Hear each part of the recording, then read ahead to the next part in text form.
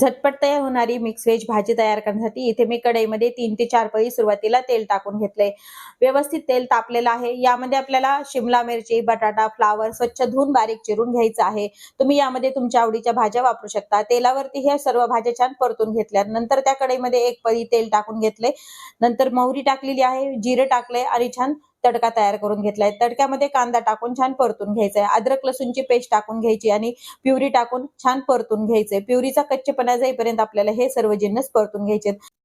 यामध्ये तिखट, हळद, काळा मसाला तसेच त्यासोबतच आपल्याला किचन किंग मसाला पण वापरायचा आहे. मसाले आणि ग्रेव्ही छान परतून घ्यायची तेल सुटेपर्यंत. नंतर आपण आधी ज्या भाज्या परतून घेतल्या होत्या त्या यामध्ये टाकून घ्यायच्या. चवीपुरतं मीठ टाकायचंय, बारीक चिरलेली कोथिंबीर टाकून घ्यायची आणि सर्व जिन्नस छान मिक्स करून घ्यायचे. मिक्स करून झाकण टाकून 1-5 मिनिट आपल्याला ही भाजी शिजवून घ्यायची. तयार आहे आपली मिक्स व्हेज झटपट तयार होणारी